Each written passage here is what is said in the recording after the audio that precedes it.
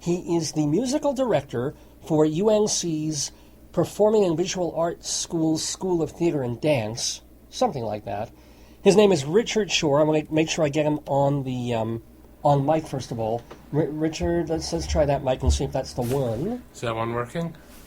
Keep talking a little bit, please. Who, me talk? I don't know if I can just extemporize like that and come up with this constant stream of conversation for you to check and see if the microphone's working. I think you did that beautifully, and it is! Now, before I get to talk really in depth to Richard Shore about the stuff that he does at UNC, the musicals that he's seen, because he was in New York and saw about 9 or 10 shows fairly recently, a lot of the nominees, and about his work in a little off-Broadway show called Shalom Dammit, An Evening with Rabbi Sol Solomon. I want to talk to the person who owns the theater where that show played back in March. His name is Richmond Shepard. There isn't anything that he hasn't done when it comes to arts and entertainment. He's an actor, he's a mime, he's a director, he's a producer, he is a theater owner of the Richmond Shepard Theater. He's been a theater critic, he's been an editor and a publisher, and he is on the phone with us, always thrilled to have with us. Richmond, how are you doing? How am I doing? I'm in the middle of directing a science fiction rock musical called Captain Crash versus the Zzorgwomen, chapters 5 and 6, which I directed in Hollywood 25 years ago, and this will be the New York premiere. And I just found out 2 days ago that Alice Cooper recorded it, and so did guys from The Who over 25 years ago. And that's how I'm doing. I have to tell you everything, right? Well, no, that's great. I mean, it's Captain Crash versus the Zzorgwomen, chapters 5 and 6, and it basically is a musical that's kind of like a goofy, funny serial, Saturday afternoon sort of thing? Exactly.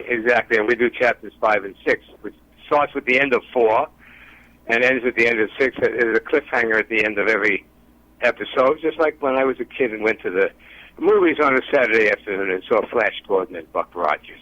Well, let me ask you, Richmond Shepard, what is it, since you directed the show 25 years ago in L.A., what is different about directing it 25 years later at your theater in New York? It works better now, even. The more that the material is an antique in a way, or takeoff on something that happened so many years ago, like Flash Gordon, the better it is. Luckily, the songs are really good. Anyway, of course I want to plug it, but that's not what I called about. Okay. What'd you call about, Richmond? Well, we know, but... You wanted me to discuss a couple of Broadway performers, and I've seen many of the shows this year. But who did you ask me about? Bernadette Peters? Well, very specifically, I wanted Richmond to talk about the special awards, because Richmond's been so busy traveling and teaching and doing his mime thing that I thought it would really make sense to ask you about some of the awards that the Tonys, they're not even nominations, they've just been given. The Tonys do this every year. One of them is the Isabel Stevenson Award, which they're giving this year to Bernadette Peters. And I wanted to ask you about your thoughts on Bernadette, the shows that you've seen her star in, and her work as a performer over the years. I've seen her do many. I've seen Bernadette Peters do many shows. And she is a stalwart of Broadway. It's such a pleasure anticipating seeing her in anything she is. She lights up the stage. She's a small woman with a lot of hair and a big voice. And somehow I light up inside anytime Bernadette Peters appears on the stage. And I'm really happy that they're giving her this special award. What were your favorite performances of hers that you've seen on Broadway or off Broadway? Yeah. You asked me to have a memory while I'm in the middle of directing a musical. Thank you. Name a couple of shows. I'll tell you how I like them. Okay, well, I'm kind of hoping you prepare some of these before we talk. But let's say, did you see her Mama Rose? Because that was a little bit controversial a few years back. Did I see her in what? As Mama Rose in Gypsy. No. Okay. I didn't. I haven't seen everything. There's a Dot in through the Sunday years in the Park. I've seen her in a bunch of stuff, and I'll tell you something. She also is a person who takes the time to work with the other actors and help them with their parts. She's not a prima donna. She's a real human being, and I think that's part of why she's getting an award. And Richard, not Richmond, but Richard Shore, who of course you know he was the piano player in Shalom Dammit, he's here with me in studio, and he asked, what about, did you see her as Dot in Sunday in the Park with George? Yes. And? Yes, she was just terrific. Well, yes. Well, I wish I'd But as seen I that. said in my initial remark, True. she walks out on the stage and something opens up in me, and my eyes open wider because I know I'm going to be delighted. And did you And see I her? always am. Did But you I was see her? also delighted in saying hello to her in person once or twice, where she is open and warm and human. And not everybody is like that. And don't ask me to name some. Well, I'm certainly not. I'm just curious, Richmond. This is Richard speaking. Did you ever see any of her early performances, like James at Sea or Mac and Mabel? I did not see her in those two, but I heard about her Dames at Sea performance. Because that was Back really then, a star-making the whole performance. community was beginning to take notice of her then. Right. Now, let me ask Richmond Shepard about another category of special Tony Awards that were announced this year. First of all, it went to two different winners. One is Hugh Jackman, and the other is Actors Equity. He's kind of getting sort of a really inside Hugh award Jackman, there. Yeah. thank goodness they let him do MC some of the Tonys a couple of years ago. The man is a singer and a dancer, but when he was doing, what was that Broadway show he did about the Boy from Oz? performer from Down Under, the one who was married to Eliza? Well, The Boy from Oz, yes. About Peter The Allen. Boy from Oz. He took a moment on the stage of a Broadway theater to do comedy interaction with people in the audience. It was an amazing performance. He also, as a dancer, can throw his leg over his head, and he's just an all-around full singer, dancer, actor. So the heavy movies that he made don't really express the boyish quality of him, of the that he really has. And he was on the stage doing a double with what's his name? A Steady Rain? 007. Huh? What was it? The play A Steady Rain with the James Bond guy? Yeah, the two of them. What a duo. Daniel Craig, yeah. Yeah, and what's his name? What's the guy's name who played the James Bond movie? What's his Daniel name? Craig. Daniel Craig played the weak guy. Right. In that duo. And it was so much fun to see these two guys, and sometimes they just sat down and looked at the audience.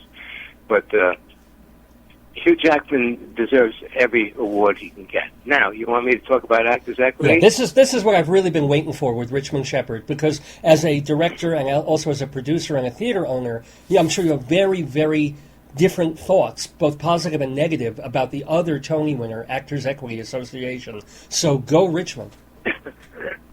Here's a story. About 25 years ago, 30 years ago, the actors in L.A., equity actors, decided that they wanted more leeway, more elbow room to do any show they wanted to do, run as long as they wanted, and let them have a showcase. Equity said no. You can only run a few performances, you can only charge a certain amount, etc. So what they did in L.A., this is over 25, it's like 30 years ago, they all quit equity, and they formed another union. And that way they could do whatever they wanted. Finally, equity came around and said, okay, look, we'll make concessions. We'll waive jurisdiction over all theater that's 99 seats or less in L.A., and they called it equity waiver. And I built theaters out there, and we were able to have long runs, and people got television series out of them, and they got movies out of the actors because they were able to run long enough to be reviewed and for agents and producers to come and see them. The situation in New York has been and is right now that if you do an equity showcase, they allow you to only do 16 performances. You're only allowed to charge $18, and you cannot make your money back on a showcase here. The union, which has almost 97% unemployment of their members, makes as many obstacles as they can to their actors being seen and putting on their own shows, because the reason for that is the administrators are not actors, and they want to justify their jobs, their positions. The one thing they did keep in L.A., which is good, that there should be safety conditions for the actors, there should be adequate toilets, and there should be insurance. And that's correct to protect the actors.